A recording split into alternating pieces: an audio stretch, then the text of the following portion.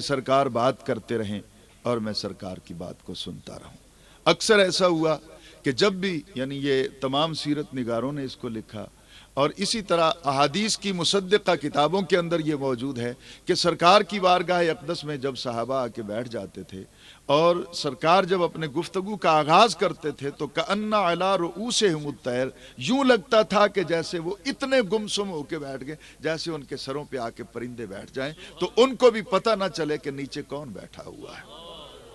یعنی سننے والا حرکت بھی نہیں کرتا، وہ اس طرح پوری یکسوئی کے ساتھ، یعنی ہر صحابی جتنے بھی نبی علیہ السلام کی اس محفل میں بیٹھے ہوتے تھے، ہر سامع کا، ہر سننے والے کا یہ تصور ہوتا تھا کہ کوئی اونچا سانس بھی نہ لے۔ یعنی سرکار کے ایک ایک جملے کا ایک ایک لفظ نہیں بلکہ حرف حرف ان کو اپنی روح میں اترتا ہوا محسوس ہوتا تھا۔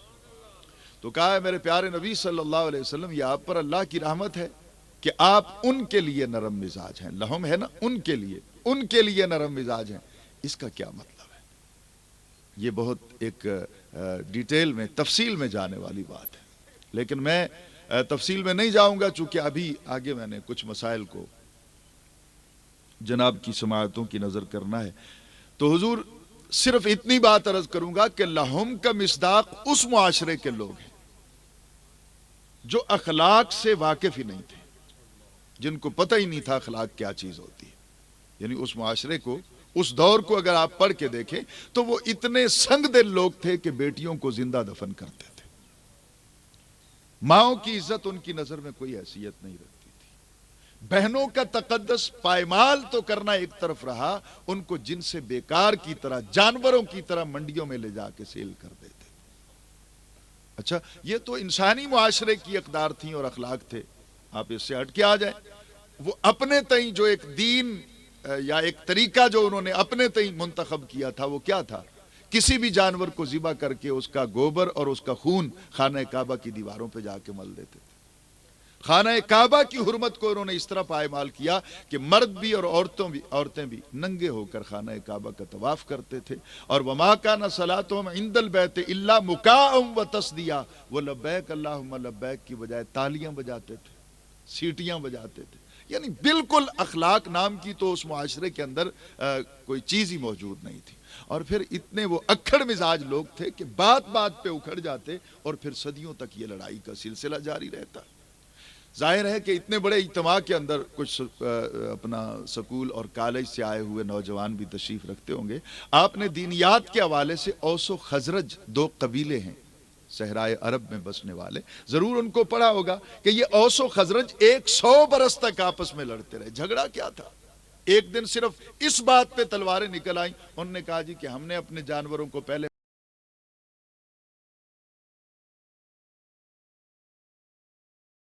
پانی پلانا ہے کنویں سے نکال کر، انہوں نے کہا جی کہ ہم نے پہلے پلانا ہے۔ انہوں نے کہا تم کون ہوتے ہو؟ انہوں نے کہا جی تم کون ہوتے ہو؟ تلواریں نکل آئی 100 برس تک۔ اور جب دو گھر لڑتے ہیں نا اور لڑائی طول پکڑ جائے تو دو گھروں کی لڑائی نہیں رہتی، پھر وہ دو خاندانوں کی بن جاتی ہے۔ پھر جب دو خاندان آپس میں الجھتے ہیں تو پھر دو خاندانوں تک یہ لڑائی نہیں رہتی، پھر وہ اس علاقے کی لڑائی بن جاتی ہے، پھر قبیلوں تک چلی جاتی ہے، پھر وہ اس طرح۔ تو یہ اور بھی قبائل اس میں کافی شریک ہوئے، تو یہ ایک پھر علیحدہ سبجیکٹ ہو جائے گا۔ اب ذرا غور کیجئے گا حضور کہ 100 برس تک، آپ تھوڑا سا یہاں پہ ٹھہر کر سوچئے، غور کیجئے، کتنی ماؤں کی گود اجڑی ہوگی، کتنی بہنوں کا سہاگ لٹا ہوگا، کتنی بیٹیوں کا مستقبل تاریک ہوا ہوگا 100 برسوں کے اندر۔ وہ لوگ تو اخلاق و مروت کے نام سے واقف نہیں تھے، وہ تو یہ بھی نہیں جانتے تھے کہ ہم نے کسی کو اخلاق کے ساتھ، پیار کے ساتھ بلانا کس طرح ہے۔ تو اللہ تعالیٰ کہتا ہے محبوب یہ آپ پر اللہ کی خاص رحمت اور عنایت ہے کہ لنت لہم، وہ اکھڑ مزاج ہیں، آپ ان کے لیے نرم مزاج ہیں۔ اس کو یوں سمجھ لیجئے کہ وہ پتھر مارتے ہیں، نبی دعائیں دیتے ہیں۔ یہ مزاج کی نرمی کی بات ہے۔ وہ گالیاں دیتے ہیں، سرکار ان کے لیے اپنی چادریں بچھا دیتے ہیں۔ یعنی کئی مرحلے ایسے آئے کہ میرے آقا صلی اللہ علیہ وسلم مضروب ہوئے، آپ کے سر مبارک پہ چوٹیں آئیں، اور بلکہ طائف کو آپ پڑھیے تو آپ کا اتنا خون تو بہا کہ آپ کے نالین شریفین جو تھے ان میں خون اتنا گرا کہ آپ کے پاؤں آپ کے نالین شریف میں جم گئے تھے۔ لیکن کسی بھی مرحلے پر میرے آقا صلی اللہ علیہ وسلم نے ترش روئی سخت مزاجی سے کام نہیں لیا. اور پھر اس دعوے کی دلیل اللہ تعالیٰ بیان کرتا ہے کہ ولو کنتا، اب لو عربی میں کتنے معنوں میں مستعمل ہوتا ہے اور آگے کنتا ہے، تو یہ پھر میں بیان بھی نہیں کر سکوں گا. علماء یہاں پہ موجود ہیں، میں تو طفل مکتب ٹھہرا، علماء کی قدموں کی خاک کے برابر بھی نہیں ہوں، تو سادہ ہی ترجمہ کرتا چلوں گا. ولو کنتا، اور اگر ہوتے آپ یا ہوتا آپ کا فظًا غلیظ القلب، اگر آپ کا مزاج سخت ہوتا، آپ کا دل نرم نہ ہوتا، آپ کا دل بھی سخت ہوتا، آپ کا مزاج بھی سخت ہوتا، تو لانفضوا من حولک، یہ اتنے دیوانے میرے محبوب تیری محفل میں نہ آ کے بیٹھے ہوتے.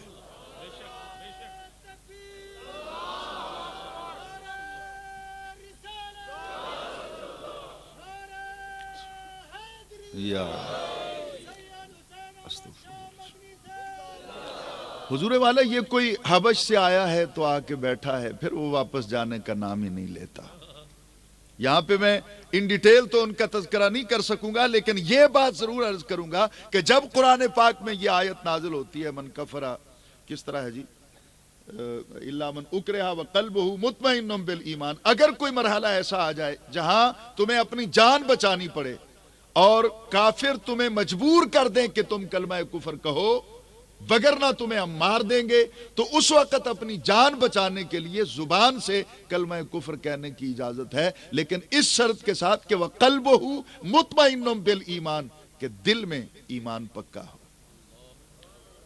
دل ایمان پہ مطمئن ہو، دل کے اندر کوئی خلش نہ ہو، دل کے اندر کوئی خرابی نہ ہو، زبان کے ساتھ آپ کلمہ کفر کہہ سکتے ہیں کہ آپ کی جان بچ جائے. تو کسی نے جا کے حضرت سیدنا بلال رضی اللہ تعالیٰ عنہ کو یہ خبر دی کہ اب آپ روز کیوں مار کھاتے ہیں؟ روز آپ کو تپتی ہوئی ریت پہ لٹا دیا جاتا ہے اور بھاری بھاری پتھر آپ کے سینے پہ رکھ دیے جاتے ہیں، روز آپ پر ظلم کے پہاڑ توڑ دیے جاتے ہیں، آپ کب تک یہ جبر سہتے رہیں گے؟ اب تو اسلام نے ایک کنسیشن دی ہے، آپ ان کو راضی کرنے کے لیے کلمہ کفر منہ سے کہہ دیں، زبان سے کہہ دیں، دل میں تو ہے نا مدینے والے کا ڈیرا، دل میں تو سرکار کی محبت کی شمع جل رہی ہے. آپ اوپر سے جان بچانے کے لیے ان کے سامنے یہ کلمے اگر کہہ دیں تو آپ کی جان بچ جائے گی، آپ روز کے جبر سے چھوٹ جائیں گے. تو حضرت سیدنا بلال اس عالم میں جبکہ آپ کی چربی پگھل کے آپ کے بالوں کی جڑوں سے باہر نکل رہی تھی اور اس وقت آپ سخت اذیت میں مبتلا تھے، جب آپ نے سنا تو آپ مسکرا دیے. این اس حالت میں مسکرانا یہ بلال کا کام ہے یا پھر کربلا والے پیر کا کام ہے؟ یہ کسی اور کے بس کا روگ نہیں ہے. حضرت بلال اس وقت مسکرائے اور آپ نے مسکرا کے کہا کہ یہ حکم میرے لیے نازل نہیں ہوا، یہ آیت میرے لیے نازل نہیں ہوئی. آنے والے نے کہا یہ کیسے ہو سکتا ہے، آپ کلمہ نہیں پڑھتے، آپ کے لیے یہ آیت کیوں نہیں نازل ہوئی؟ آپ نے کہا تم نے اچھی طرح غور نہیں کیا، یہ سہولت ان کے لیے ہے جو جان بچانا چاہتے ہیں. میں نے تو جس دن سے مصطفیٰ کے ہاتھ کو اپنے ہاتھ میں لے کر اسلام کا توق اپنے گلے میں ڈالا ہے، میں نے تو جان اپنی سمجھی نہیں، میں نے تو اس کے ساتھ سودا کر دیا.